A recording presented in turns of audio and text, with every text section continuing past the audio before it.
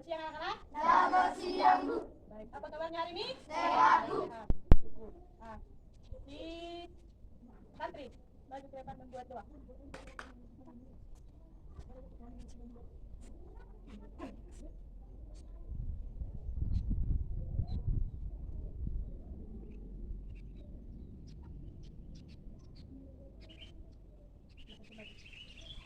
Nah, sekarang kita belajar dalam 2 kelas. Nah, untuk sebelum itu, Ibu mencek hadiran kelas 4. Apakah hadir semua? Hadir, Bu. Kelas 4, kelas 5? Hadir, Bu. Jadi sekarang Ibu mau membacakan tujuan pembelajaran untuk kelas 4 dan kelas 5. Untuk kelas 4, siswa dapat mengidentifikasi dan memahami kalimat efektif. Yang kedua, siswa dapat menulis karangan tentang cita-cita dengan bahasa yang benar. Untuk kelas 5, tujuan pembelajarannya, siswa dapat menjelaskan bentuk keberagaman yang ada di lingkungan sekitar. Yang kedua, siswa dapat menunjukkan sikap menghargai keragaman dalam kehidupan sehari-hari. Sudah? Nah, jadi untuk kelas 4 pelajaran bahasa Indonesia. Untuk kelas 5 ya, PKN. Nah, jadi untuk kedua kelas 5 sebelum masuk ke kelas 5 bentuk suara kelompok. Baca bukunya halaman 88. Sudah? Nah, sekarang masuk ke dalam kelas masing-masing. Kelas 4? Siap, Bu. Baik, aku buka bukunya halaman 119. Hebatnya cita-citaku. Coba Putri bacakan halaman 119. Hebatnya cita-citaku, apa sih hebatnya jadi guru? Katanya kita menuntut dari mulut Kak Dena. Saat dulu mengatakan padanya bahwa dia mencita-cita ingin menjadi guru. Kan masih ada cita-cita yang lain ketimbang menjadi guru. Yaitu misalnya dokter, pengacara, pengusaha, anak pilot. Dan Kak Dena lagi ngasih dia berbicara yaitu sumpah minaskan. Iya, aku tahu Kak, tapi aku belum menjadikan cita-citaku dan aku akan tidak setia dengan cita-citaku. Ini sampai aku bisa mewujudkannya bagiku. Mereka guru, menjadi guru adalah pekerjaan yang mulia dan berharga. Udah dulu membela diri. Dan apa hebatnya jadi guru? Tanya Kak Dena lagi. Banyak hebatnya. Udah dulu menurut kakak, bagaimana cara kita bisa menjadi dokter, pengacara, pengusaha, anak pilot? Dulu banyak bertanya yang kita harus menjadi anak pintar dong dulu. Jawab Kak Dena. Dan siapa yang membuat kesulitan? Tanya dulu dari guru. Jawab Kak Dena. Dokter. Nah, kita sudah salah hebatnya guru membuat kita menjadi pintar. Karena dulu bangga. Ya, tapi kan guru hanya membantu kita agar memahami suatu pelajaran. Tidak menjadi pintar atau di tidak kan dari masih menjadi diri kita sendiri.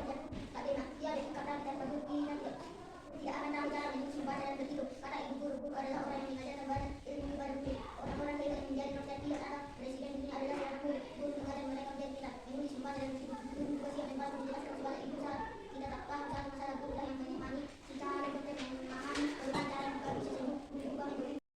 Baik, siapa di sini cita-citanya ingin jadi dokter? Jadi guru? Jadi tentara? Jadi polisi? Jadi hakim? Salon?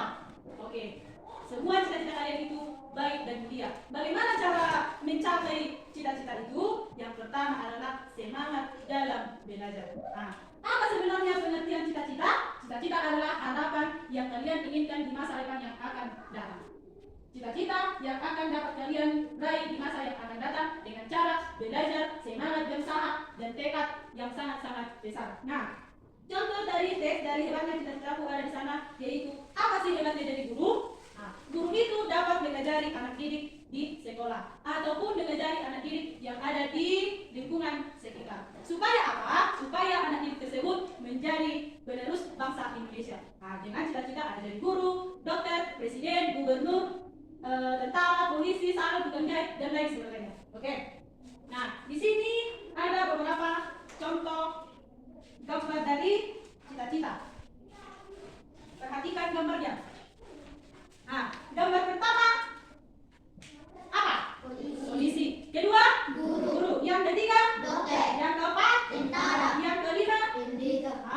Yang keenam, Presiden. Yang ketujuh, pengusaha. Selanjutnya, pilot. Selanjutnya, salon. Selanjutnya, ya pencari. Selanjutnya, Koki. Tahu koki? Tahu. Tukang masak. Nah, tukang masak itu bekerja di sebuah rumah makan ataupun restoran. Jadi semua cita-cita itu mulia. Nah, sekarang buka bukunya halaman 121. Nah, tulis di buku tulismu apa saja cita-citamu, bagaimana kegemaranmu atau kesukaanmu, bagaimana apa alasanmu dalam memilih cita-citamu. Contohnya, si Paulina cita-citanya tadi dari salon. Nah, apa alasanmu dalam memilih cita-cita tersebut? Nah, bagaimana usahamu untuk mencapai cita-citamu? Sudah? Sudah. Jangan ribut, ibu mau ke kelas 5.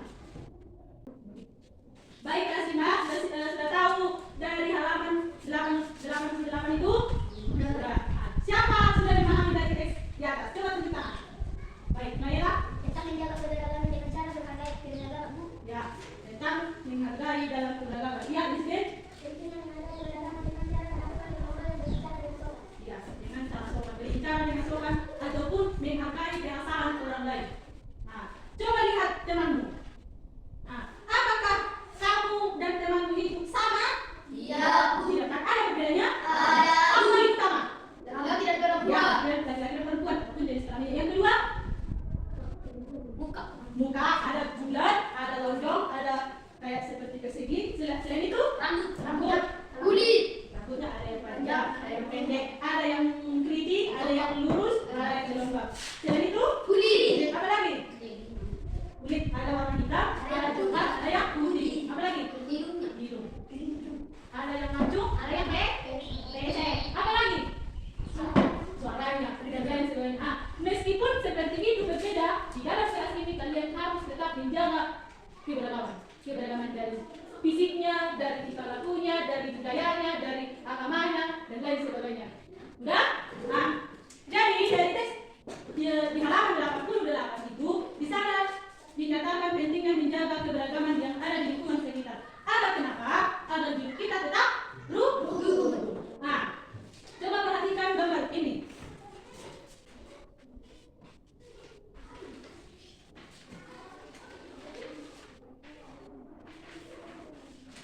Perhatikan gambarnya.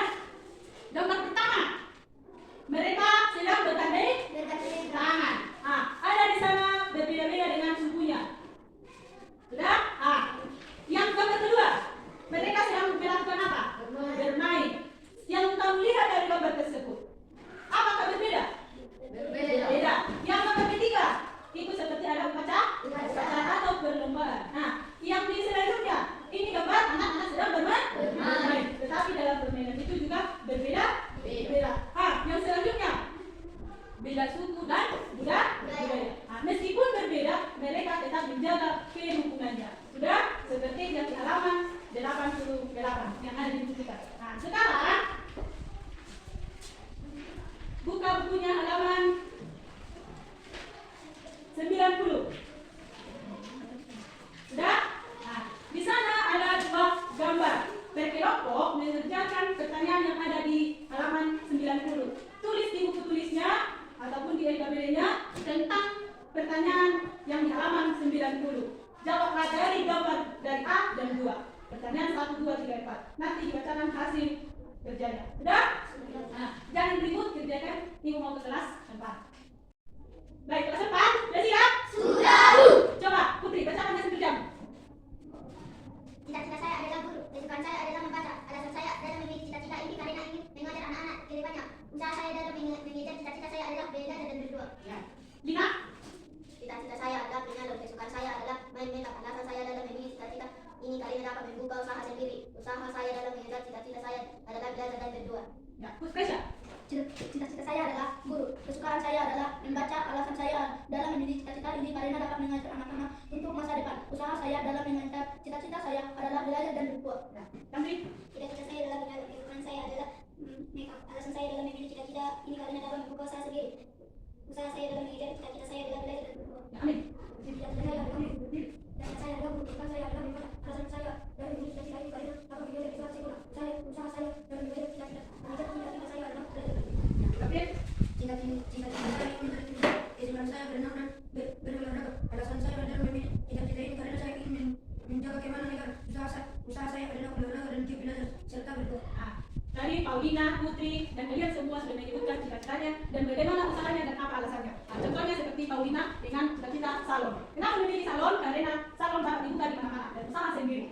Dia bekerja sendiri, hasilnya juga dia yang pakai sendiri. Untuk Putri, cita-citanya tadi adalah guru. Kenapa? Karena dia ingin jadi guru. Alasannya? Ingin mengajar anak-anak ke depannya. Ya, mengajar anak-anak yang lain untuk penerus bangsa Indonesia. Kalau tidak ada guru, anak-anak tidak akan menjadi pintar. Tapi tadi juga seperti Selina, yaitu salon. Reza jadi guru, Ani jadi guru, Gabriel jadi tentara. Semoga cita-cita kalian itu ke depannya tercapai dengan cara berdoa dan bekerja. Makanya ada yang bekerja sambil berdoa. Di dalam satu pekerjaan itu seperti ini adalah berdoa. Jika kamu bekerja tanpa berdoa, hasilnya adalah sia-sia. Jadi kalian tetap berdoa dan bekerja dengan apa? Belajar dengan semangat. Itulah cita-cita. Baik, sekarang tulis di bukunya kesimpulan pelajaran hari ini. Apa saja yang kalian dapat pelajaran hari ini tentang cita-cita yang kita pelajari hari ini. Nanti dibacakan sesudah pindah dari kelas 5. Sudah? Kerjakan dengan baik, jangan begitu. Kasih masa siap tugasnya? Sudah. Kelompok ini coba bacakan atasnya. Berdiri. Kami akan membacakan hasil pemilihan nama kelompok.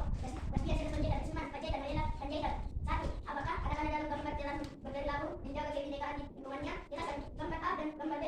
Gambar A merupakan contoh perilaku baik dalam menjaga kebinekaan anak yang mengganggu teman-temannya, menunjukkan bahwa dia peduli, tidak membawa tindakan dan menjunjung tinggi kesatuan. Gambar B menunjukkan perilaku yang rentan dan dengan semangat kebinekaan anak yang berkelahi berarti tidak mampu bekerja sama dan tidak menikmati satu sama lain. Perilaku ini bisa merusak persatuan, dijelaskan dan buat lingkungan menjadi tidak nyaman. 2. Perilaku menjaga kebinekaan harus dilakukan setiap hari dan di semua tempat seperti di rumah, sekolah, tempat bermain dan di masyarakat luas. Gambar A adalah contoh anak yang menjaga kebinekaan di sekolah dengan menolong temannya. Jika seperti ini membuat lingkungan menjadi damai dan penuh bersama.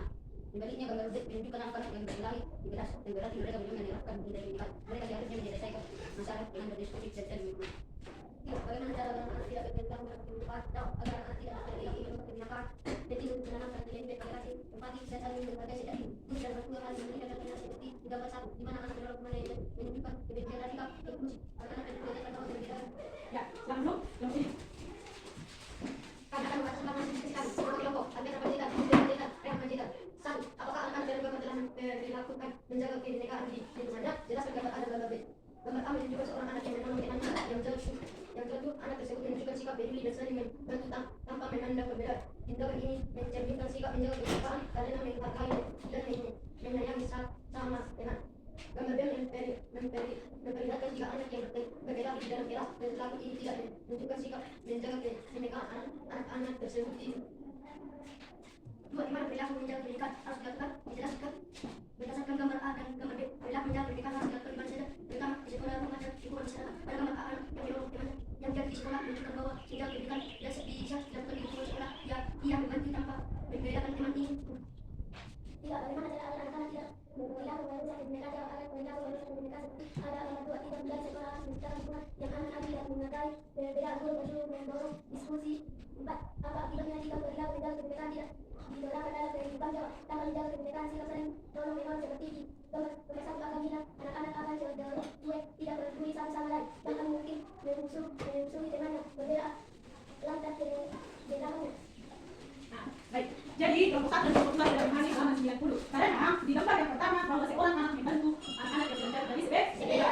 Yang gambar 2 sedang berkelahi di dalam kelas. Nah, gambar yang mana yang paling kalian contoh? Gambar A atau gambar B? Karena saling membantu. Dengan saling membantu kalian dapat menjaga keberagaman yang ada di lingkungan. Jadi kalau membantu seseorang tidak memandang apa fisiknya dan tidak mendapatkan imbalan. Jangan mendapatkan imbalan jika kamu membantu seseorang. Dari mana kamu mendapatkan imbalan? Dari atas. Nah, makanya pernah kalian mendengar gabut tuai? Ya, nah, maksudnya gabut tuai, apa yang kamu berikan kepada temanmu itu yang akan diberikan oleh orang lain. Bukan yang contohnya. Risma membantu cerdas saat dia jatuh di jalan. Saat Risma membantu cerdas saat jatuh, si cerdas belum tentu 10 tahun kemudian akan membantu Risma. Tetapi saat Risma di dalam perantauan ada kesalahan, orang lain yang membantunya. Itu maksudnya gabut tuai. Apa yang kamu tanam, itu yang kamu petik. Jika kamu memang jago, apakah kamu memetik avokat? Tidak. Berarti itu adalah tuai. Jika kamu memang kebaikan dalam seseorang, maka kamu akan mendapatkan kebaikan dari orang lain. Itu ingat. Nah, sekarang tulis dalam bukunya kesimpulan dalam pelajaran hari ini. Yang kalian ketahui nanti di akan suruh baca satu-satu kesimpulan apa saja. Ya, jangan ribut, kerjakan dengan baik di kelas. Baik, kelas sudah siap tugasnya? Sudah. Kita akan membacakan hasil kesimpulan satu persatu apa saja yang kalian dapat dari pelajaran hari ini. Baik. Oh ya, bacakan hasil kerja. Menurut saya kesimpulan pelajaran hari ini adalah cita-cita yang harus kita gapai agar masa depan kita tidak baik. Ya, Putri. Menurut saya adalah cita-cita ini banyak dan kita harus mempunyai cita-cita agar masa depan jadi baik.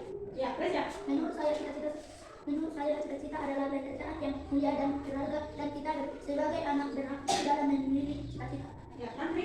Menurut saya cita-cita kita itu mempunyai harapan yang baik dan bekal hidup kehidupan kita.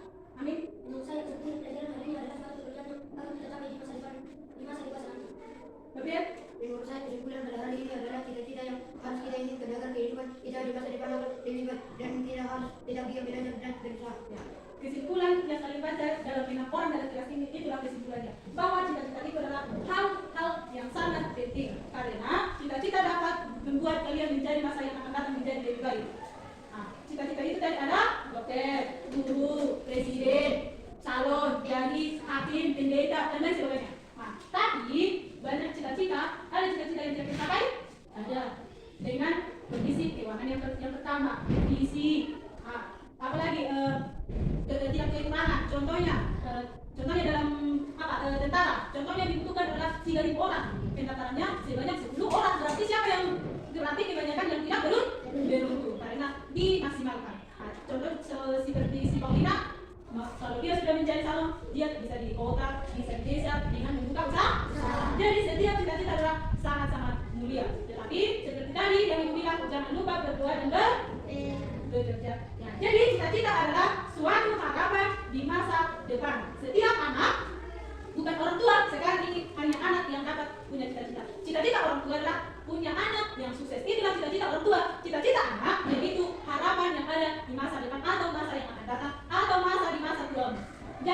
misal di kemudian hari.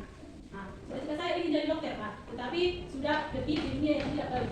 Lagi sekarang masa teknologi sangat-sangat tajam, artinya dapat mempengaruhi kehidupan anak-anak. Jadi jauhilah sifat yang seperti yang tidak baik. Nah, jadi dalam meraih cita-cita itu adalah bekerja, semangat belajar, dan jangan lupa berusaha. Nah, jadi sekarang tugasnya di rumah sebelum kita pulang, tugasnya di rumah tulislah tadi ada bentuk peta pikiran, yaitu apa cita-citamu, bagaimana usahamu, apa kegemaranmu, apa alasanmu. Jadi dari sini bentuklah menjadi kata-kata atau bentuk dalam paragraf, ceritakan cita-citamu, bagaimana usahamu, apa alasanmu dalam memilih cita-cita dalam bentuk paragraf.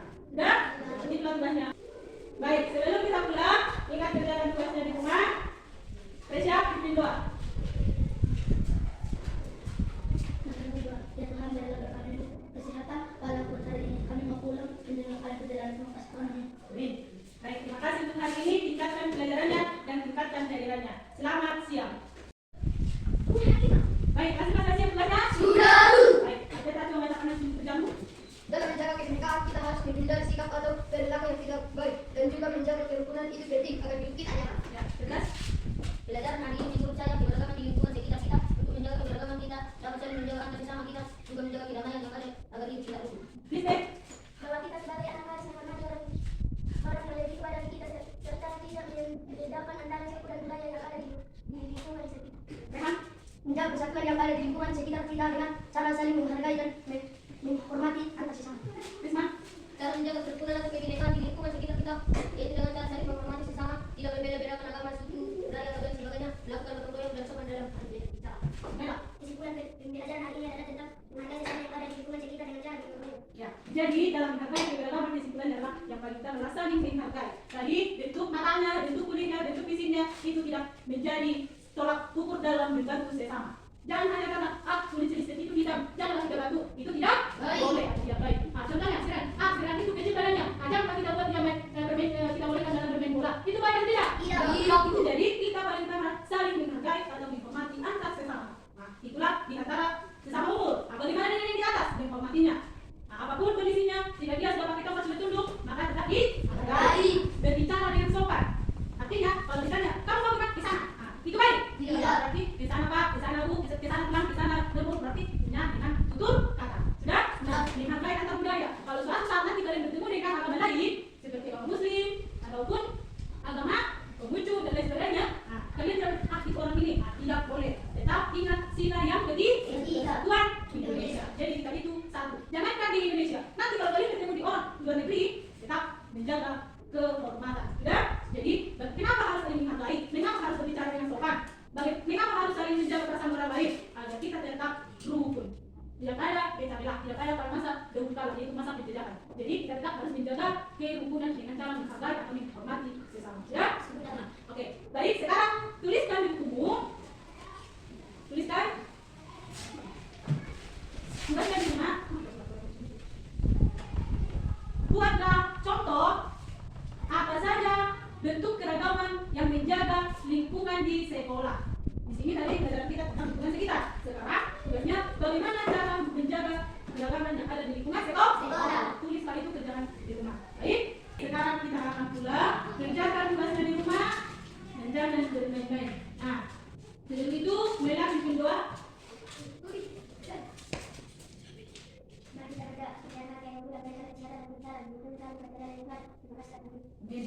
Tingkatkan kehadirannya dan juga keaktifan di kelas. Sudah? Baik, terima kasih untuk hari ini. Selamat siang. Selamat siang, Bu.